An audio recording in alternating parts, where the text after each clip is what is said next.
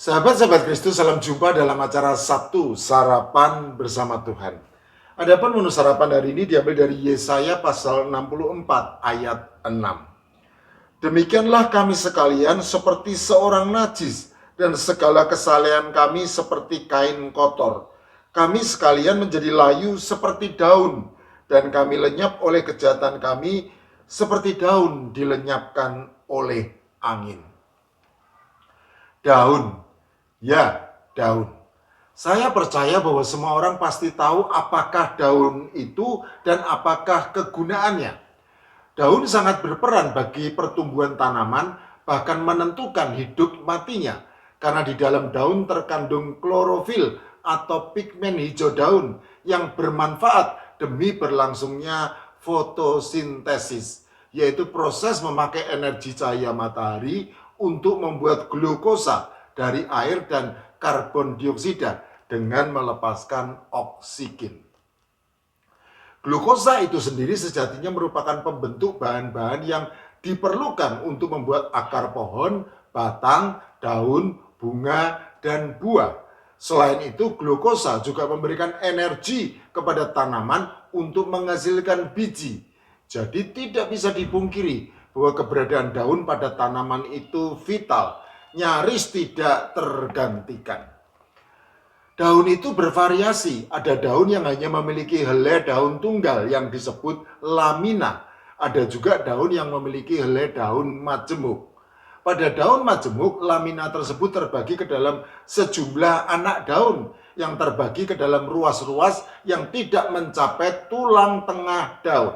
Selain itu, ada daun bertepi rata dan ada juga bertepi tidak rata atau bergerigi. Daun itu juga bervariasi bentuk dan warnanya. Ada yang bulat seperti mangkuk, ada yang runcing seperti jarum, ada yang berjari seperti tangan, dan banyak juga yang pipih melebar serta pipih memanjang.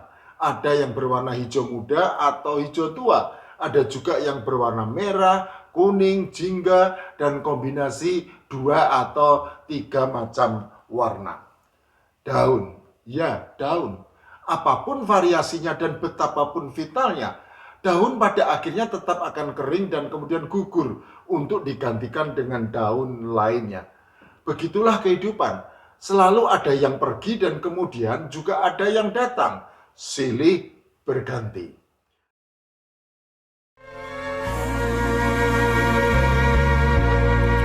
Kala senja amat indah ceria, tiba-tiba datang angin kencang, berguguran daun-daun di dahan, berjatuhan hancur tak tertahan. Peribahasa yang bijak berkata, daun kering yang gugur tidak pernah menyalahkan angin yang meniupnya. Ya, kita bisa belajar dari daun, meskipun itu sudah merupakan daun kering yang gugur dan mungkin sudah tidak berguna lagi. Daun kering itu pasti akan gugur, baik ada angin maupun tidak ada angin yang meniupnya. Itu adalah suatu keniscayaan yang tidak terbantahkan, mutlak, tidak boleh tidak. Oleh karena itu adalah bijak apabila daun kering yang gugur tidak pernah menyalahkan angin yang meniupnya. Ya, daun tetaplah daun, yang tahu kapan ia berperan penting dan kapan akhirnya ia harus kering dan gugur tanpa menyalahkan angin yang meniupnya. Ya, daun kering yang gugur tidak pernah mengkambing hitamkan pihak lain. Mengapa daun harus mencari kambing hitam dengan menyalahkan angin yang sama sekali tidak bersalah? Bukankah itu merupakan kebiasaan kita, manusia? Yesaya dalam doa pengakuan dosa dan permohonan ampun kepada Tuhan untuk bangsa Israel, Yesaya pasal 63 ayat 7 sampai Yesaya pasal 64 ayat 12 menyatakan sebagai berikut. Demikianlah kami sekalian seperti seorang najis dan segala kesalahan kami seperti kain kotor. Kami sekalian menjadi layu seperti daun, dan kami lenyap oleh kejahatan kami, seperti daun dilenyapkan oleh angin. Yesaya pasal 64 ayat 6. Yesaya selaku nabi bagi bangsa Israel, khususnya Israel Selatan atau Yehuda yang beribu kota di Yerusalem, mewakili umat untuk mengakui segala dosa kesalahan mereka yang memberontak dan mendukakan Roh Kudus Tuhan, sehingga Tuhan sendiri berperang melawan mereka. Yesaya pasal 63 ayat 10. Begitu dahsyat hukuman Tuhan atas umatnya yang berdosa, sehingga bayang-bayang kehancuran Yerusalem dan pembuangan ke negeri Babel menjadi suatu ketetapan yang memedihkan hati seluruh negeri Yehuda, termasuk Yesaya sendiri yang melihatnya sebagai suatu nubuatan.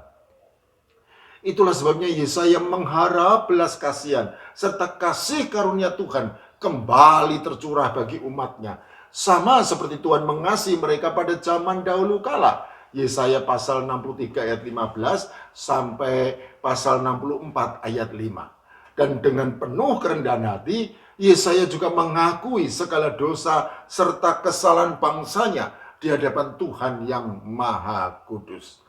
Demikianlah kami sekalian seperti seorang najis, dan segala kesalahan kami seperti kain kotor. Kami sekalian menjadi layu seperti daun, dan kami lenyap oleh kejahatan kami, seperti daun dilenyapkan oleh angin. Tidak ada pembelaan, tidak ada bantahan maupun keberatan. Yang ada hanyalah kesadaran diri akan segala dosa dan kesalahan yang telah dilakukan. Seperti daun yang menjadi layu dan lenyap ditiup oleh angin.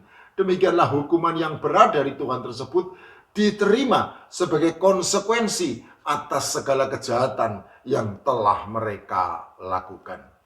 Yesaya dan bangsanya dengan penuh kerendahan hati belajar dari daun. Sebab daun kering yang gugur tidak pernah menyalahkan angin yang meniupnya. Inilah sikap hati yang benar pada saat jatuh di dalam dosa. Mengakui segala dosa di hadapan Tuhan dan mohon belas kasih pengampunannya. Sebagaimana firman Allah yang ditulis oleh Yohanes. Jika kita berkata bahwa kita tidak berdosa, maka kita menipu diri kita sendiri dan kebenaran tidak ada di dalam kita. Jika kita mengaku dosa kita, maka Tuhan adalah setia dan adil, sehingga Ia akan mengampuni segala dosa kita dan menyucikan kita dari segala kejahatan. 1 Yohanes pasal 1 ayat 8 dan 9. Amin.